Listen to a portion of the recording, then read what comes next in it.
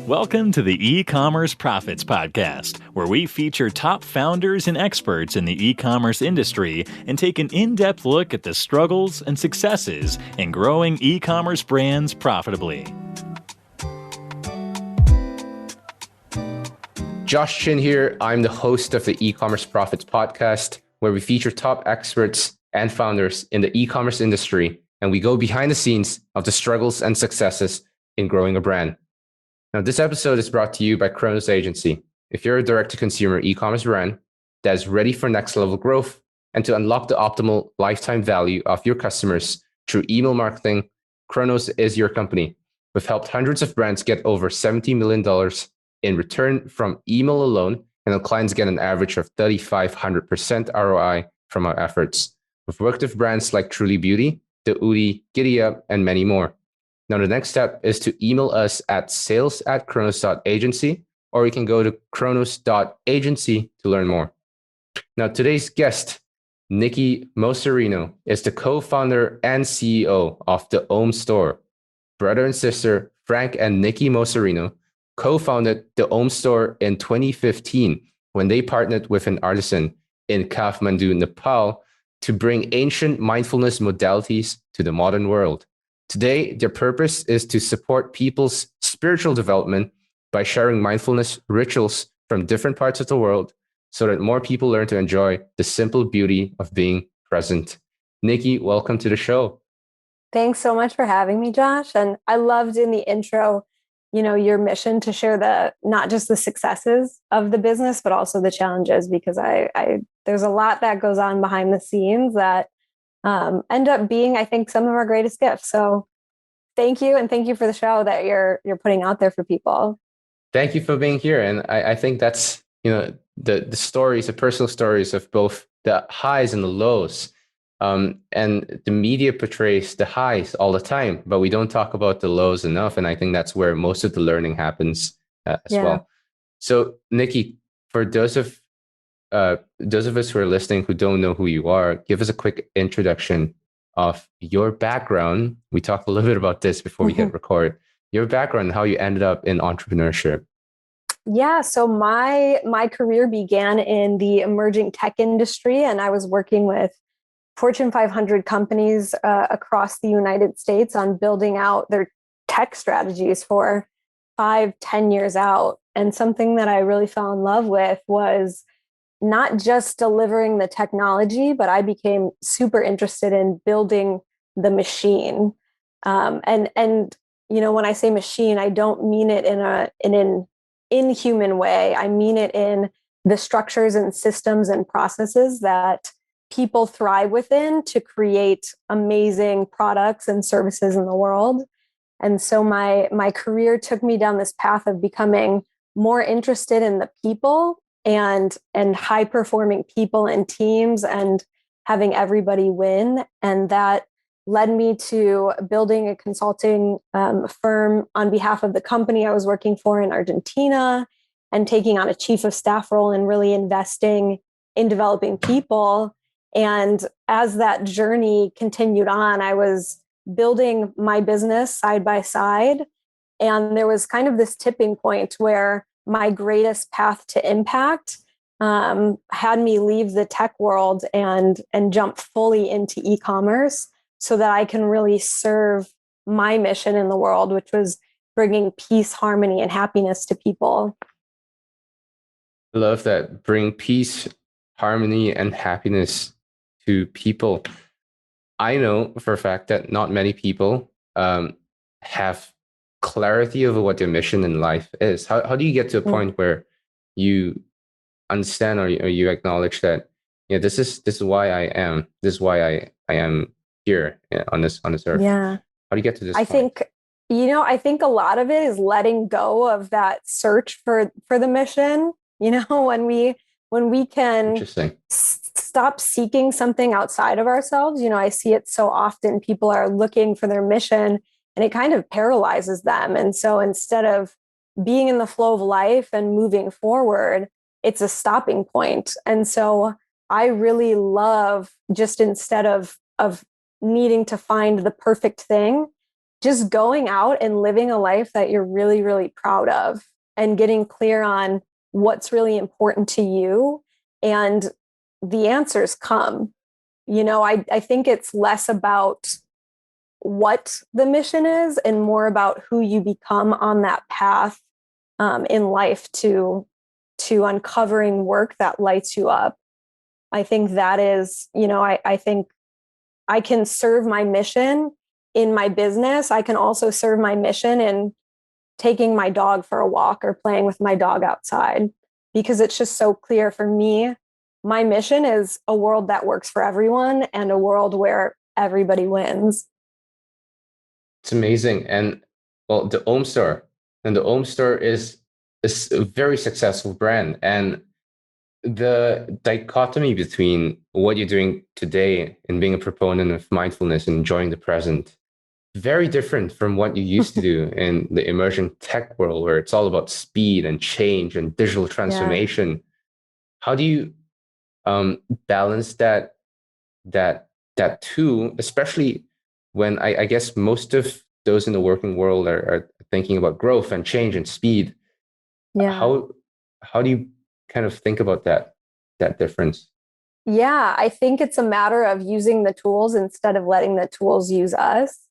So often we can get lost in any tool that we're using in life. And I believe deeply in letting go of like I said, the answers being somewhere outside of us. And it's a lot easier to do that when you're grounded in the present moment, when you're not run by your past and you're not obsessed where you're going in the future, and being present. I think then we become the wielder of the tool instead of letting it be something that runs us in our life.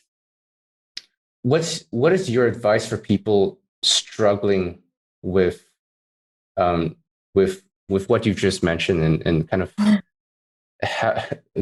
being so caught up with the tools that they're using, and being so caught up with that process of just growing and moving, versus you're just taking a step back and enjoying the present and taking a breath? Yeah. I think one of the most tactical ways to do it is how you start your morning. I think, when we wake up in the morning and reach for our phone, our entire day becomes run by somebody else's agenda, right? It's like whatever's in our email inbox or whatever notifications are there suddenly becomes the dictator of our day. Super and even guilty. If you can just we all are these devices being in that world. These devices and these apps are wired to pull you in. And so even if we can just reserve an hour, or even if it's just 10 minutes in the morning, start with something really small and start it on your own agenda. That sets the tone for the entire day. And I think that's one small but really impactful way to begin to change your life. Amazing. And so you started the Ohm Store in 2015, while building a consulting arm for your then employer. Yes. How did you? So I think many people are also curious as to that transition from being a full-time employee and balancing a side project to having that side project grow. And how do you kind of balance your time between the two? What was that story like? Yeah, it wasn't perfect and it wasn't pretty. Even I look back, and it did, come at the expense of other things. And I don't necessarily think that having everything we want in life has to. But for me, I was really clear on what I wanted to create and really invested in growing that business. But there was also a huge part of my heart and soul that was in, my dedicated to and committed to my employer. I joined that company when there were 20 employees and helped scale it to 300 plus with offices in Argentina and New York. Wow. And so my heart was divided, and it required me saying no to a lot of things. And so I think that level of commitment and focus is so important when you're trying to balance both a full-time job and building a business, but I was less attached to what it looked like and more committed to the mission, right? More committed to serving people, both in my business and at my job. And so it was really that service. It was something bigger than me that pulled me to it day after day, right? I think it's all about finding something much bigger than the work that you're committed to and letting it pull you to the work. Gotcha. That's I think that's something that most people would listen to and say that sounds incredible, and especially considering that you're taking out multiple leadership roles and leading a brand new business arm of the company, while building a brand new business inside. So take me to the beginning of the Ohm Store. So on your website, there is a story of how you and Frank overcame some very extreme physical ailments. Was that the spark that kind of set this whole thing on fire, or was it kind of just something that accelerated the progress? Yeah, it was definitely the spark, and there's even part of the story that's untold. So there were these two missions that were happening on opposite sides of the world that we couldn't even see would eventually come together to serve both missions. And they were both rooted in impact. So over here in the United States, my brother and I had gone through so many health struggles, especially my brother. And it led us down this path of seeking beyond what we knew, seeking beyond Western medicine. And it led us to mind, body, spirit connection and different alternative healing modalities.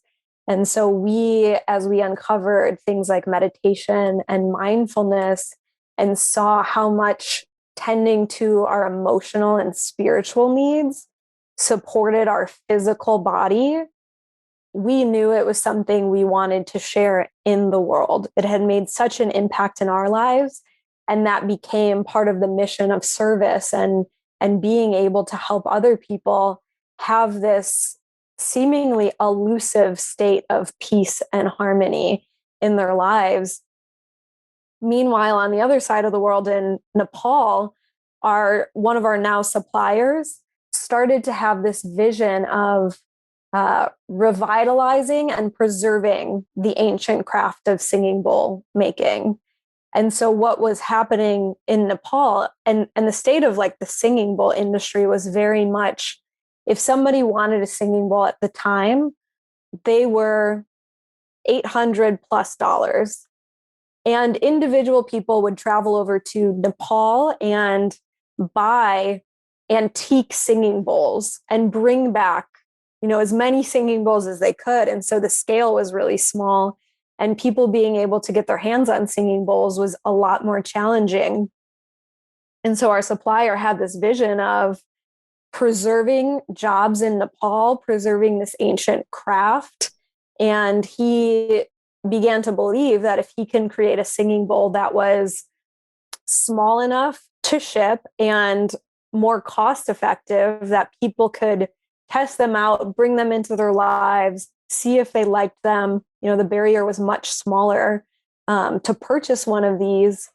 He knew that if he could do that and he can pack those with the sound quality of larger singing bowls, that it was that volume that would create consistent work for these artisans and allow them to have consistent incomes, that he can achieve his vision of serving the people of Nepal and these artisans and this ancient craft.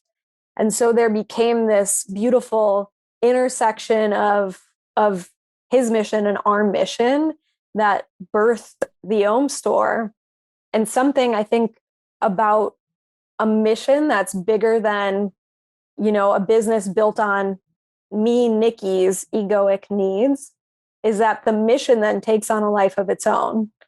At the time in 2015, I could have never dreamed that we would grow the Ohm Store to what it is today. And it really has taken on a life of its own that has allowed not just, Frank and I to win in our lives, but many people beyond that, in our customers, as well as in the producers of these singing bowls. And so I love that, the business was really built on everybody winning. I love that story because it's mission first, it's purpose driven, and not to discount e-commerce brands that are focused on growth, but most e-commerce brands would look at their impact in terms of the revenue that they've generated for their business. Mm-hmm. Very kind of kind of like self-centered focus, which isn't a bad thing, right? I mean, it is value. It's value creation still. Totally. But with the Ohm Store, how do you think about success, or rather, what are your metrics that you're looking at? Is it number of people that owns a singing bowl, or is it the number of artisans that you work with? What's that metric that you look at? It's a little bit of everything. And full transparency, we are still very much driven by numbers like revenue and profit, but it's grounded in, the more singing bowls we could sell, the more revenue we have, that ultimately leads to the more singing bowls in the hands of people, which are making a difference in their lives, as well as the more jobs that are created to actually produce those. And so we really see it as we are stewards of this business, and we have a responsibility to serve these people on both ends of the business, the producers and the customers. And so we do still track, like we track numbers. We track numbers because what you measure is what matters, and what you measure is what grows and changes. And so I am like a lover of metrics and numbers and operations and the business side of things, but it's very much rooted in this place of service, right? Like we both know Ezra, and I love that Ezra's whole thing is serve the world unselfishly and profit. And it really becomes this cyclical nature of service begets revenue, and profits begets impact. And so it's just this constant feeding of itself of everybody winning. Absolutely. Shout out to Ezra Firestone at smartmarketer.com. You guys check out smartmarketer.com. His motto, serve the world unselfishly and profit. I love that. And while you were kind of explaining that thought process, the first person that came to mind was Ezra and his motto, serve the world unselfishly and profit. He's such a model of it. And he just like lit up by sharing about digital marketing. And it's not just about him winning or his ego. It's very much rooted in service. And that comes through loud and clear when you interact with him or when you see him sharing about digital marketing. 100%. In a way that I think, so let's talk about teams. And I really love the way that Ezra has built his team and the culture that supports his operations. I actually interviewed Colleen Taylor, COO of Boom by Cindy Joseph. Spirit animal. She's like my spirit animal. That's like my wheelhouse. I love like the operations, the machine, the people. Love it. She is a champion. She's amazing at what she does. Incredible project manager.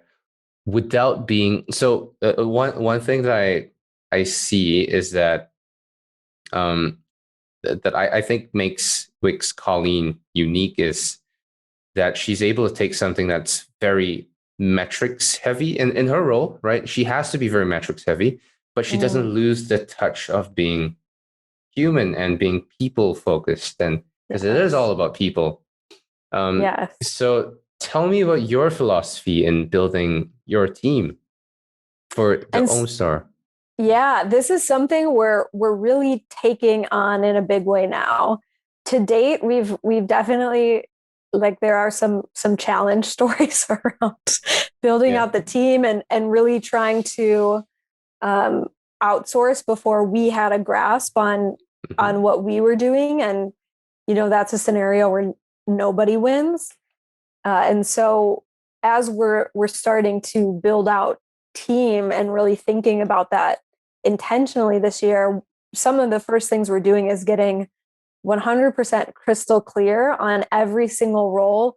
What is the mission of the role? What are the outcomes of the role? What are the competencies required? Because we want to make it really easy for people to win with us. And so I think it starts with getting crystal clear on what it is you're asking for of someone so that they know exactly what it takes to win. And I'm a believer of, hungry people who are starters, like invest in those kind of people and let them begin to run with the mission. If it was just me building a business, just me from 0 to 20 million, the whole thing is built on Nikki, what Nikki thinks is right, what Nikki thinks is good. And so I think getting really clear on what you want from people, enrolling them into your mission and letting them take it and run with it. That's just a way for your mission to outlive you. It's no longer about Nikki. It's no longer about Frank. It's really about something that is much bigger than either of us and outlives either of us. Beautiful. So getting clear on competencies, the mission of the roles. So clarity comes first, and then hire hungry self-starters and letting them run with it. The 3 steps to success. Yeah. I love that. And invest in them along the way. This is something I learned in when I was growing technology teams. It's really like invest in people. Let them express their genius and let them grow and evolve, and they're going to do great for you. How would that look like in a smaller company, in a smaller startup? What would investment look like in people? It might even look like me investing my time. Sitting down and really hearing people and giving them space to share and expand. And then there's even beyond that, there's so many little ways to invest. I am a huge fan of Landmark. It's a training and development program. It's very cost effective for, I've been through a lot of personal development and training, and Landmark is some of the best training and some of the cheapest that I've paid for. Interesting. Landmark. Gotcha. Is that landmarkworldwide.com? That is it. Gotcha. Awesome. And what are some of the biggest struggles that you have faced in this process of building the Ohm Store? I'm assuming it's going to relate to some degree in building the team as well, because that's what you mentioned as well. There's another one that stands out for me. Okay, go ahead. Yeah. I'll say this. There have been a whole slew of challenges. I think, when I left the world of consulting and tech, where I was on the top of my game and had really figured out that world and had a level of confidence, that transition of moving from technology to e-commerce, it knocked me off my feet. You're starting over again. And so there were definitely days where there's still days, I think every entrepreneur can attest to, there are still days I wake up and I feel like I have no idea what I'm doing, especially when it comes to, the learning curve of managing cash for me and really getting a handle on the differences between cash flow and something like a P&L that's like a point in time. That was a huge learning curve for me. I thought I was definitely going to bankrupt the business or make a bad decision. And I had to really expand my zone of comfort and get really comfortable with being uncomfortable and getting really comfortable with starting over and getting really comfortable with coming to terms with not knowing everything and just being somebody who figures it out. Always I had this belief that I would, if we get to this scale, then all of my problems will go away. And, you look at other entrepreneurs and you're like, they must not have any problems. They're right. Like I look at Ezra and I'm like, Boom is doing $30 million a year. If when we get to $30 million a year, then my problems are going to go away. And the truth is, every time I hit that next milestone, like the problems just get amplified. And so I think one of the biggest challenges has just been coming to terms with not being someone who doesn't have problems, but being somebody who solves problems. When everything first happened in March last year, when, pandemic, and in my head, I'm thinking recession and, oh my gosh, what's going to happen to my business? I let that marinate and be in self-pity for about 12 hours. And I woke up the next day and I was like, maybe this is calling you into your next level of CEO. Maybe you are meant to learn to navigate something that you've never navigated before.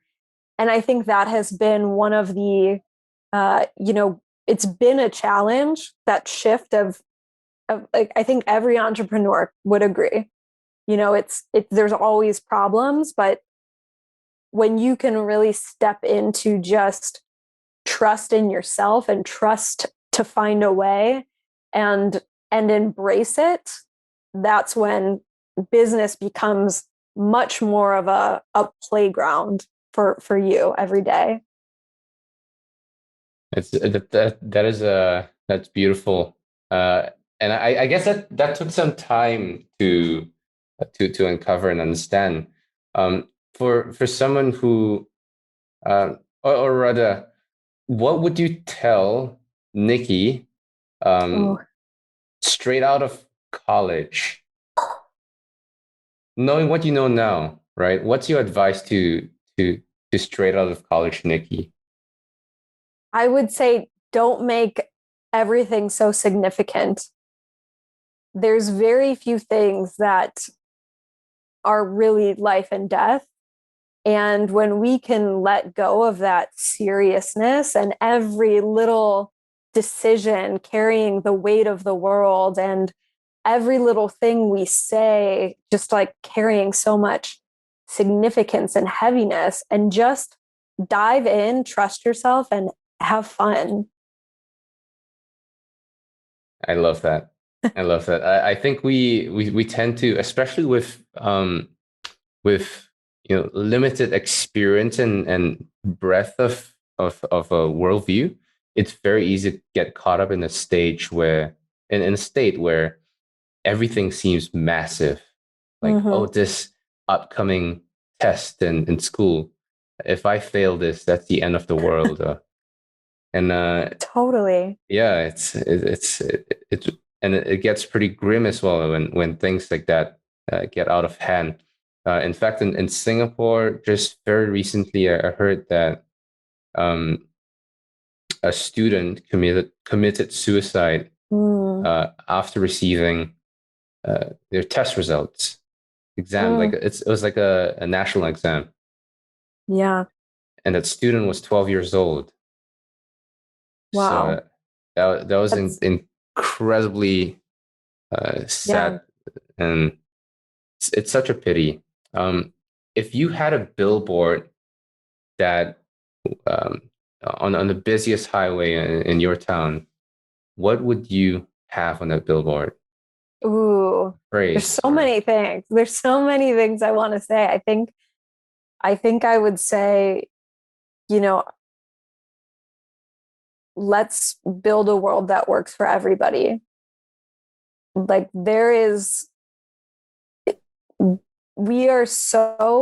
I think we live in a world where everybody is so focused on me, and what we're getting. And we don't even realize that we ultimately win when everybody around us wins. I spent my 20s in consulting, really building to this life where I thought, when I get to this peak point, I'll have everything I want, right? This is the salary and this is the dream apartment in Chicago and all of this falls into place and I can buy anything I want, then I'll be happy. And I got there and I was like, this was not what I thought it was going to be. Right. And so that was part of my leaving the consulting world to say, wait a minute, I want to build something that's not just big enough for me, but that's big enough for everyone. And so I can serve my family and my friends and I can serve the world. And it has been so much more rewarding to be on a path that's about serving rather than what I'm getting. That is beautiful.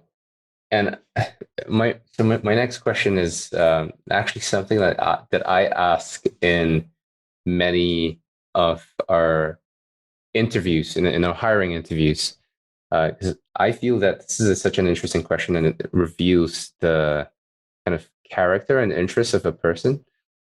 So what is your current obsession? Ooh, I think it really is like my current obsession is making it really easy to feel happy. It is about waking up and this cup of coffee that I'm having is the best cup of coffee I've ever had. And this day that, we're on day 365 of lockdown is just as fun as me being in Italy at one of my favorite restaurants in the world. Or this walk with my dog is the most precious moment of my day. When we can start to look at, what I found is when I start to look at every single moment being that precious and making it really easy to feel happy, well, everything else is just a cherry on top. It makes the wins and the highs that much more intense and incredible because you've set the bar really low to feel happy. So I think it just colors the way we look at all of life. Yeah. So that's something I'm really, really trying to be intentional about cultivating instead of being obsessed with, when am I going to get to the next thing? Or when is it going to be my turn to talk? Or when are, all of these meetings going to be over? How can I be as present and really, really grateful as possible right now instead of, 20 years from now looking back and being like, that was the best time of my life. Really hitting record on right now and being immersed in it and letting life just wash over me. It's the condition of the world. I think there's a lot of waiting until there was a vaccine and waiting until everybody has the vaccine and waiting until it resumes. And I think it's actually our greatest opportunity to find and reset the baseline of what we create happiness out of. Amazing. What are some of your tools or your practices to help you to support you in that journey? Yeah, I have a morning practice of, and I'm in Chicago right now, so it's really cold and snowy here, but a morning practice of going for a walk in the morning, and I run through, this set of questions. So my day, I really find, for me, at least right now, it's important to start my day as a producer instead of a consumer. And so instead of consuming other people's information and other people's agendas, really starting it as a producer. And so I just run through some questions on a morning walk in the forest. And it's everything from checking in on how I'm feeling to what I'm afraid of and maybe why I'm afraid of that. And then, what am I longing for? What do I need in this moment? And then and then really asking myself how I feel about myself as a human and as a woman. And I think that practice of giving a voice to what's going on inside of me, it's almost like this washing of the mind. And so every day I start my day from this clear space so that I can show up with people more present and less reactive. I've, taken the time to really clear whatever baggage is coming up for me and go beneath the surface to say, wait, this isn't about being annoyed about something that my business partner did, right? This is actually because I'm afraid of taking a big swing in business, and I'm actually letting that fear run me, but I'm blaming it on my business partner because it's just much easier to blame it on someone else. And so I really take seriously that practice of giving a voice to whatever's happening inside of me so that I can be present and own my own emotional, things that are going on, and give them a voice and show up for people and show up for my life. I think the world would be a happier place if everyone did something like that. Everyone's just a little bit more self-aware and self-reflective. Yes. It's definitely, I guess the shift in what we see right now in the world. We're forced to, I guess, take a step back and sit down and really, we have nowhere to go. Like literally, we have nowhere to go, right? So we're forced to live in our own minds, and I think that's where people start to take, I guess, their own mental health and just mindfulness a little bit more seriously. Yeah. What have you learned? How have you grown in this lockdown, pandemic / change in the new normal of the world?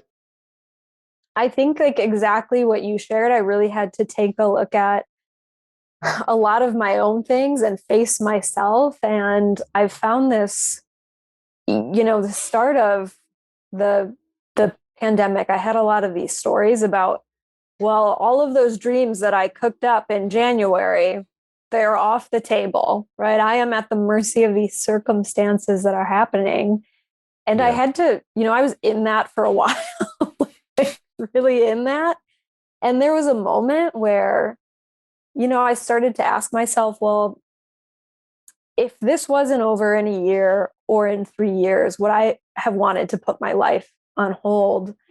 And the answer was no. And so it was about getting into the flow of life and really standing for the things that I was committed to in, my health and well-being, in, wanting love in my life, in big goals in business. And once I just decided to stand in the vision and not the circumstance, everything was unlocked. All of these things that I put on hold suddenly started to flourish in such a big, big way. I met my boyfriend, who I think is my person, in the middle of a lockdown. And it could have been so easy for me to say, well, dating is off the table, or, this is something that's on hold. And I would have missed out on that. And so I'm just so grateful. The biggest thing that I've learned is hold the vision, not the circumstance. And if you're committed enough to something, get into the flow of life and just trust yourself and trust God or the universe or whatever you want to call it, that you are so supported. Beautiful. Hold a vision. Or was a mission? The vision. Hold a vision, not the circumstance. I love that. That's a quote. That's a quote for sure. Thank you so much for sharing that. I really appreciate that. Final question for you. What is your current read? What's your favorite current read? There is a book that I have read over and over and over again. There's actually two of them. And I reread every year. Last year, I reread these books 4 times. I actually started listening to them on Audible because it gave it it just carried differently. And they are The Untethered Soul and The Surrender Experiment, both by Michael. And they are the Surrender Experiment is this beautiful testament to his life and what happens when he just decided to stop trying to force life to his liking and let go of control and surrender to whatever shows up. And it's an incredible story. He ends up as an incredibly successful entrepreneur, even though he was trying to live out in the middle of nowhere and meditate for the rest of his life. Wow. And the other Untethered Soul is his, I think, collection of all of the lessons he learned along that path. Very cool. That sounds insane. Definitely gonna check that out. Is it a novel or a nonfiction? So they're both nonfiction, and The Surrender Experiment is almost like a biography, an autobiography. Gotcha. The Surrender Experiment: My Journey into Life's Perfection. Michael Allen Singer. That's gotcha. Beautiful. I reread them over and over, and I will share that The Untethered Soul, I listened for the first time on Audible last year, and it's almost like a very meditative listen. And so I highly recommend the Audible of The Untethered Soul. Was it narrated by Michael himself, or? I want to say it was not, but it's still, his words, the way he writes, it's very poetic almost. And when I listened to it, it hit me differently. Gotcha. I'm definitely gonna check that out. Very interesting. From surrendering to becoming a wildly successful entrepreneur. Yes. That's strange.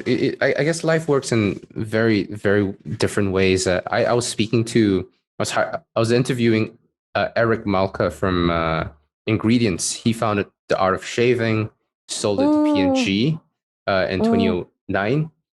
I asked him what changed in starting The Art of Shaving and starting Ingredients, his current project right now. He said that back then it was all about survival and it was all about growth. It was all about revenue.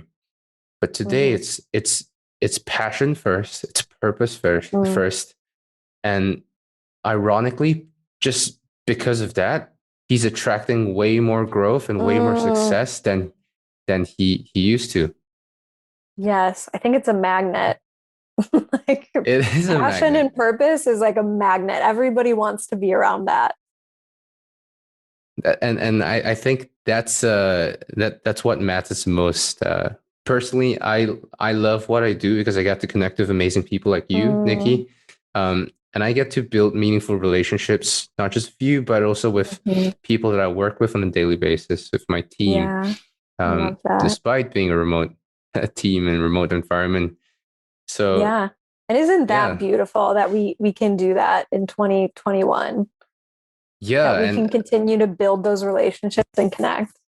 We take it for granted, but I think without Zoom, without Google Meet, and all these tools, it's unimaginable to be in a lockdown for a year. It would look wildly different. It would be insane. I think more people go literally insane. Totally. So even like so much gratitude for these tools, and they're not the enemy. It's really like, how do we wield them and what are we using them for? What is the intention? Beautiful. Nikki, if people listening are interested in contacting you or getting in touch with you, how should they reach out? Or if they are interested in checking the Ohm Store? Yeah, so I think the easiest way to check out the Ohm Store is theohmstore.co. And if anyone's interested in seeing anything that I have to share, on Instagram, Nikki Mocerino. Awesome. Nikki, thank you for your time. Thank you for being on the show. Yeah, I loved connecting with you, Josh. Thank you for having me. Thanks for listening to the E-commerce Profits Podcast. We'll see you again next time, and be sure to click subscribe to get notified of future episodes.